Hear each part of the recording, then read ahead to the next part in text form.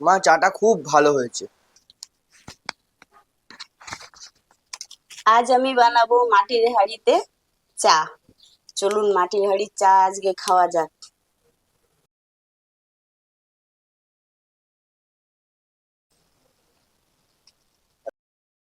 চা পাতা দিলাম, দিয়ে একটু নাড়াচাড়া করে নেব। তারপরে দিয়ে দেবো 3টে এলাচ। এবারে দেব একটু চিনি।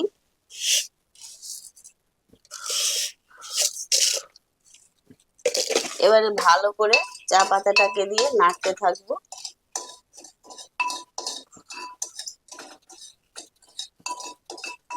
চিনিটা যতক্ষণ না ভালো করে গলছে ততক্ষণ এটাকে ভালো করে নাড়তে থাকবো।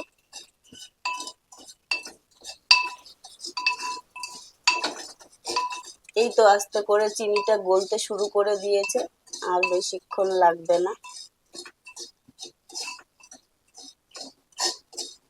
এবারে এর মধ্যে দিয়ে দেবো অল্প করে একটু জল। আমি অল্প করে একটু গরম জল দিয়ে দিলাম।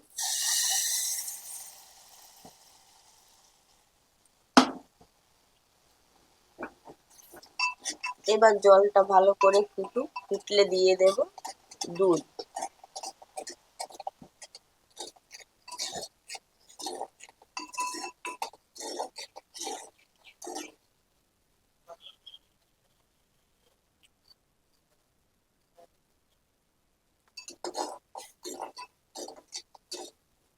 জলটা ফুটে গেছে, এবারে আমি দুধটা দিয়ে দেব। এবারে দুধ ঢেলে দিই।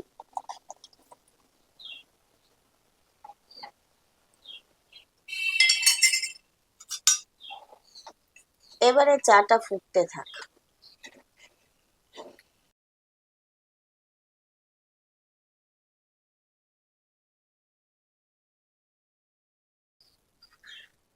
চায়ের কালারটা কিন্তু খুব সুন্দর এসছে, আর এর সঙ্গে এলাচ দেওয়া আছে।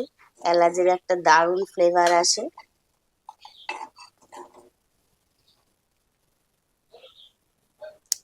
আমরা সবাই মাটির ভাঁড়ে চা খাই, আজকে মাটির হাঁড়িতেই চাটা বানাচ্ছি।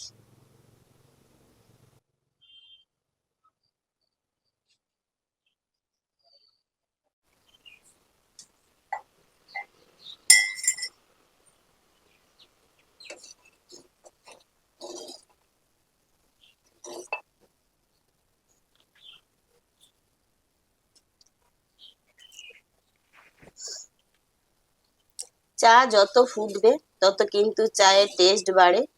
আমি ওই জন্য কিছুক্ষণ সময় ধরে আস্তে আস্তে করে আমি চাটাকে ফুটিয়ে নেব।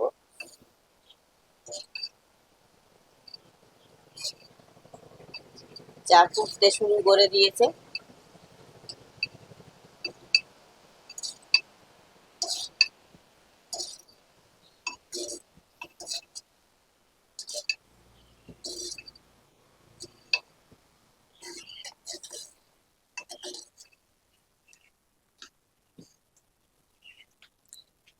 চাটাকে আমি আরো 2 মিনিট ফুটাবো।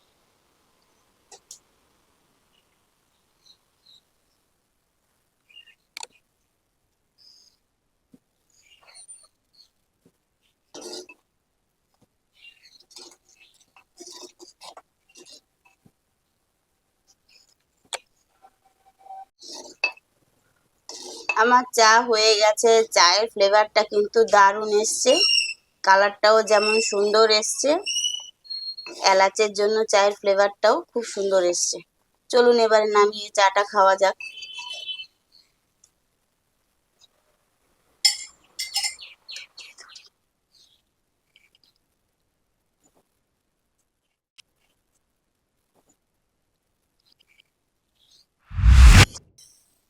চলুন এবারে চাটাকে নামিয়ে নিই।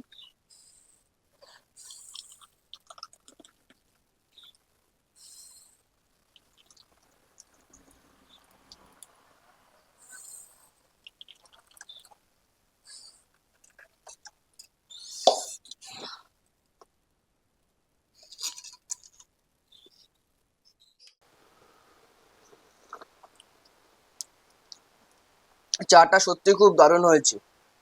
মা, চাটা খুব ভালো হয়েছে। চাটা খেয়ে আমি তৃপ্তি পেলাম।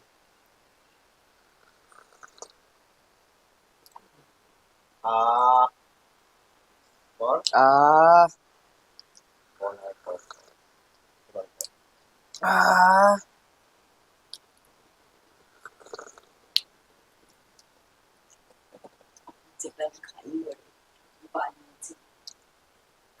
আমিও চাটা খেয়ে দেখলাম, চাটা কিন্তু খুব সুন্দর দারুণ হয়েছে।